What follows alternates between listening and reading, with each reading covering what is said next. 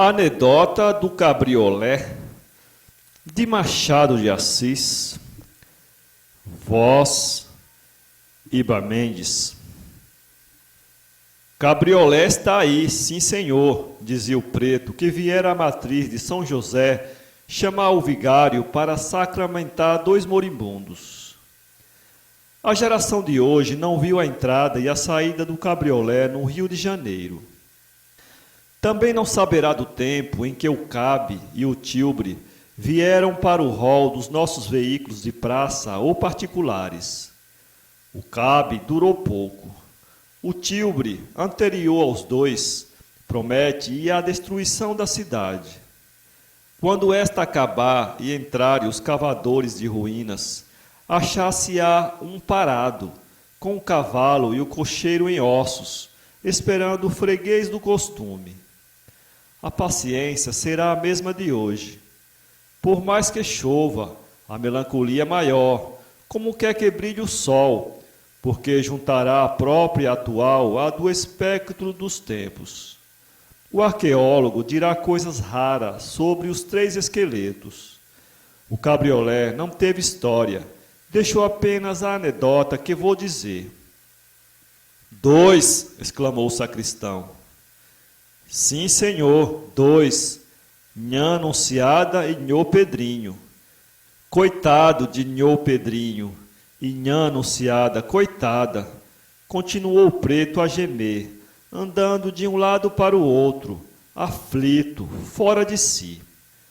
Alguém que leia isto com a alma turva de dúvidas, é natural que pergunte se o preto sentia deveras ou se queria picar a curiosidade do coadjutor e do sacristão. Eu estou que tudo se pode combinar neste mundo, como no outro. Creio que ele sentia deveras. Não descreio que ansiasse por dizer alguma história terrível. Em todo caso, nem o coadjutor, nem o sacristão lhe perguntavam nada. Não é que o sacristão não fosse curioso. Em verdade, pouco mais era que isso.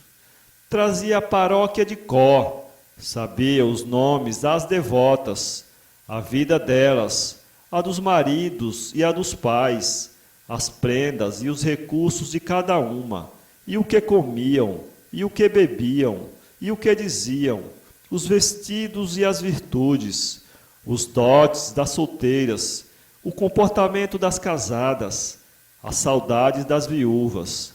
Pesquisava tudo. Nos intervalos, ajudava a missa e o resto. Chamava-se João das Mercês, homem quarentão, pouca barba e grisalho, magro e meão. Que Pedrinho e que Anunciada serão esses? Dizia consigo, acompanhando o coadjutor. Embora ardesse por sabê-los, a presença do coadjutor impediria qualquer pergunta. Este ia tão calado e pio, caminhando para a porta da igreja, que era força mostrar o mesmo silêncio e piedade que ele. Assim foram andando. O cabriolé esperava-os. O cocheiro desbarretou-se. Os vizinhos e alguns passantes ajoelharam-se, enquanto o padre e o sacristão entravam e o veículo enfiava pela Rua da Misericórdia. O preto desandou o caminho a passo largo. Que andem burros e pessoas na rua, e as nuvens no céu, se as há, e os pensamentos nas cabeças, se os tem. A do sacristão tinha-os vários e confusos. Não era acerca do nosso Pai, embora soubesse adorá-lo, nem da água benta e do isope que levava. Também não era acerca da hora, 8:15 da noite. Aliás, o céu estava claro e a lua ia aparecendo. O próprio cabriolé, que era novo na terra, e substituía neste caso a sege, este mesmo veículo não ocupava o cérebro todo de João das Mercês, a não ser na parte que pegava com Nhô Pedrinho e Nhã Anunciada. Há de ser gente nova, ia pensando o sacristão, mas hóspede em alguma casa, de certo, porque não há casa vazia na praia, e o número é da do comendador Brito. Parentes serão? Que parentes, se nunca ouvi? Amigos, não sei, conhecidos talvez, simples conhecidos. Mas então mandaria um cabriolé? Este mesmo preto é novo na casa, há de ser escravo de um dos moribundos, ou de ambos. Era assim que João das Mercês ia cogitando, e não foi por muito tempo. O cabriolé parou à porta de um sobrado, justamente a casa do comendador Brito, José Martins de Brito. Já havia algumas pessoas embaixo com velas. O padre e o sacristão apearam-se e subiram a escada, acompanhados do comendador. A esposa deste, num patamar, beijou o anel ao padre. Gente grande, crianças, escravos, um burburinho surdo, meia claridade, e os dois moribundos à espera, cada um no seu quarto, ao fundo. Tudo se passou como é de uso e regra em tais ocasiões. Nhô Pedrinho foi absolvido e ungido, Nhã Anunciada também, e o coadjutor despediu-se da casa para tornar a matriz com o sacristão. Este não se despediu do comendador sem lhe perguntar ao ouvido se os dois eram parentes seus. Não, não eram parentes, respondeu Brito. Eram amigos de um sobrinho que vivia em Campinas. Uma história terrível. Os olhos de João das Mercês escutaram arregaladamente estas duas palavras e disseram, sem falar, que viriam ouvir o resto, talvez naquela mesma noite. Tudo foi rápido, porque o padre descia a escada, era força ir com ele. Foi tão curta a moda do cabriolé que este provavelmente não levou outro padre a moribundos. Ficou-lhe a anedota, que vou acabar já, tão escassa foi ela, uma anedota de nada. Não importa. Qualquer que fosse o tamanho ou a importância, era sempre uma fatia de vida para o sacristão, que ajudou o padre a guardar o pão sagrado, a despir a sobrepeliz e a fazer tudo mais, antes de se despedir e sair. Saiu, enfim, a pé, rua acima, praia fora, até parar à porta do comendador. Em caminho, foi evocando toda a vida daquele homem, antes e depois da comenda.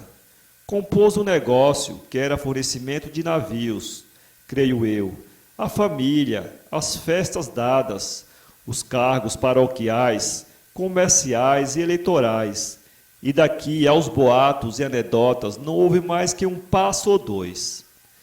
A grande memória de João das Mercês guardava todas as coisas, máximas e mínimas, com tal nitidez que pareciam da véspera, e tão completas que nem o próprio objeto delas era capaz de as repetir iguais. Sabia-as como o Padre Nosso, isto é, sem pensar nas palavras. Ele rezava tal qual comia, mastigando a oração, que lhe saía dos queixos sem sentir. Se a regra mandasse rezar 3 dúzias de Padre Nosso seguidamente, João das Mercês os diria sem contar. Tal era com as vidas alheias. Amava sabê-las, pesquisava-as, decorava-as, e nunca mais lhe saíam da memória. Na paróquia todos lhe queriam bem, porque ele não enredava nem maldizia. Tinha um amor da arte pela arte. Muita vez nem era preciso perguntar nada.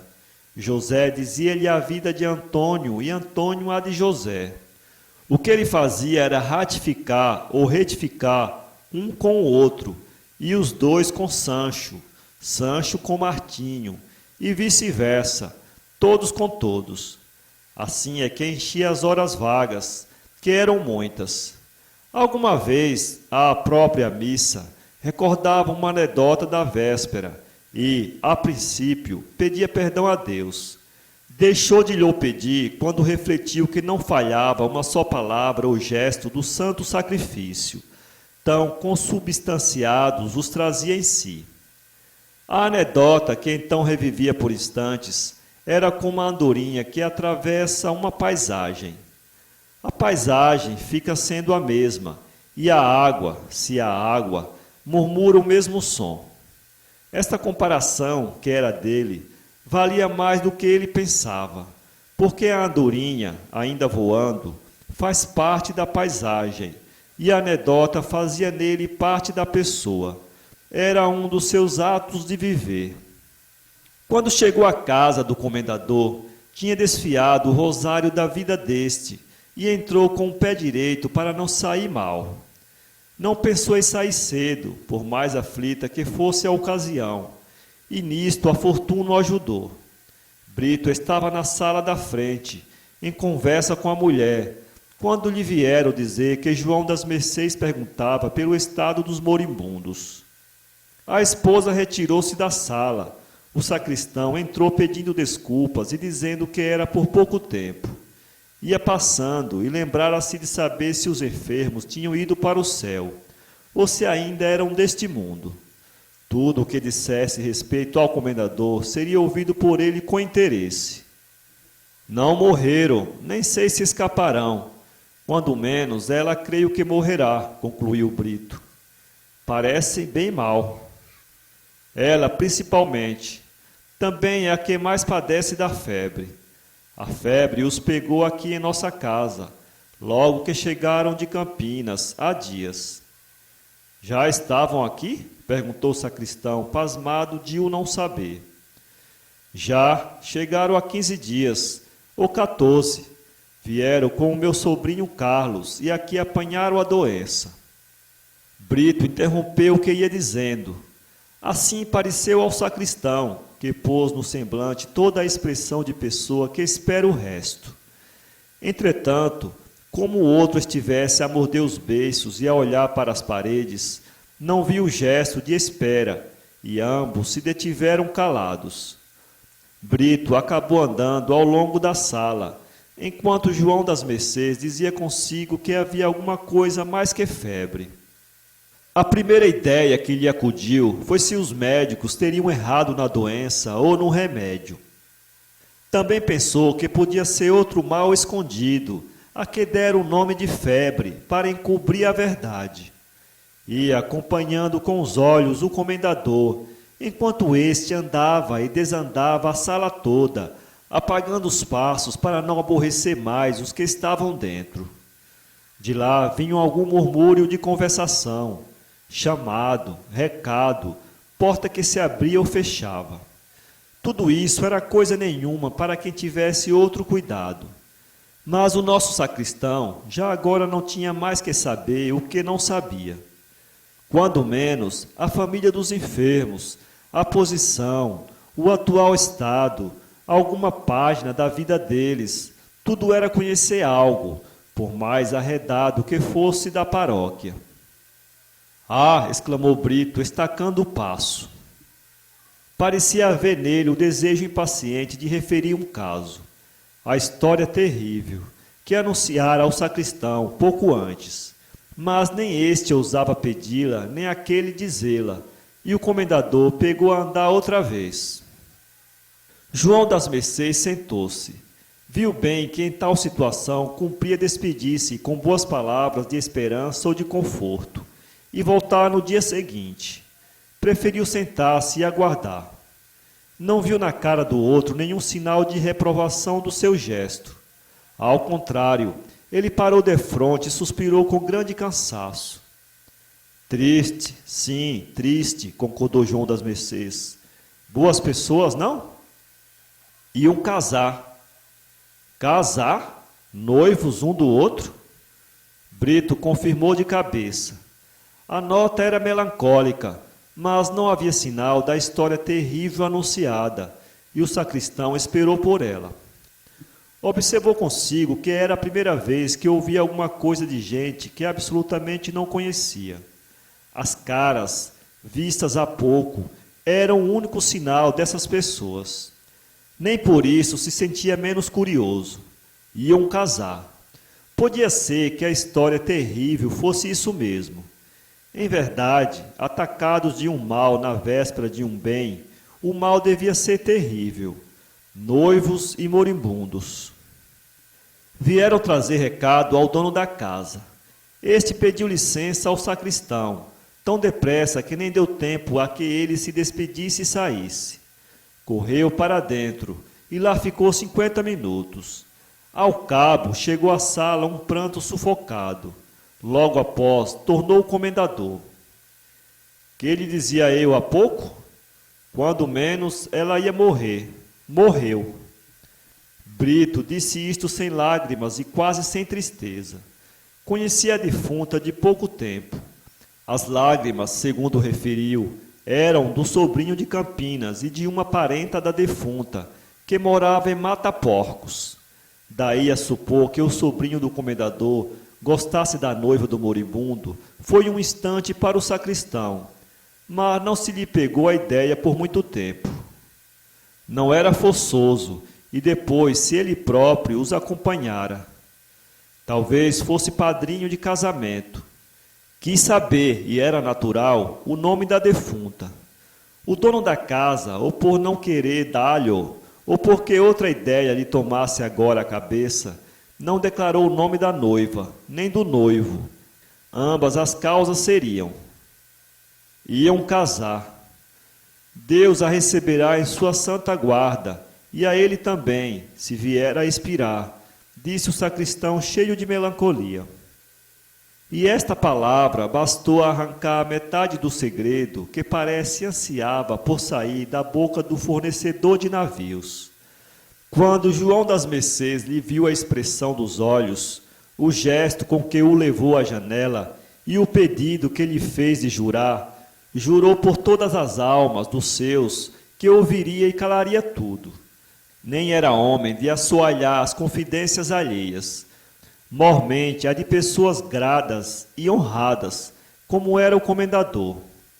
Ao que este se deu por satisfeito e animado, e então lhe confiou a primeira metade do segredo, a qual era que os dois noivos, criados juntos, vinham casar aqui quando souberam, pela parenta de Mataporcos, uma notícia abominável. E foi?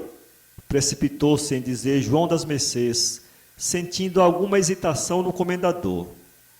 Que eram irmãos. Irmãos como? Irmãos de verdade? De verdade. Irmãos por parte de mãe. O pai é que não era o mesmo. A parenta não lhes disse tudo nem claro, mas jurou que era assim, e eles ficaram fulminados durante um dia ou mais. João das Mercês não ficou menos espantado que eles. Dispôs-se a não sair dali sem saber o resto. Ouviu 10 horas, ouviria todas as demais da noite, velaria o cadáver de um ou de ambos, uma vez que pudesse juntar mais estas páginas às outras da paróquia, embora não fosse da paróquia. E vamos, foi então que a febre os tomou? Brito cerrou os dentes para não dizer mais nada. Como, porém, o viesse chamar de dentro, acudiu depressa e meia hora depois estava de volta, com a nova do segundo passamento. O choro, agora mais fraco, posto que mais esperado, não havendo já de quem o esconder, trouxera a notícia ao sacristão. Lá se foi o outro, o irmão, o noivo. Que Deus lhes perdoe. Saiba agora tudo, meu amigo.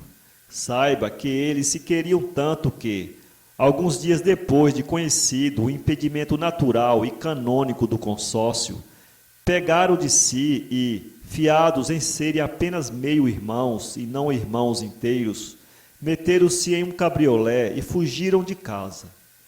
Dado logo o alarma, alcançamos pegar o cabriolé em caminho da Cidade Nova, e eles ficaram tão pungidos e vexados da captura que adoeceram de febre e acabam de morrer. Não se pode escrever o que sentiu o sacristão, ouvindo-lhe este caso. Guardou-o por algum tempo, com dificuldade. Soube os nomes das pessoas pelo obituário dos jornais e combinou as circunstâncias ouvidas ao comendador com outras.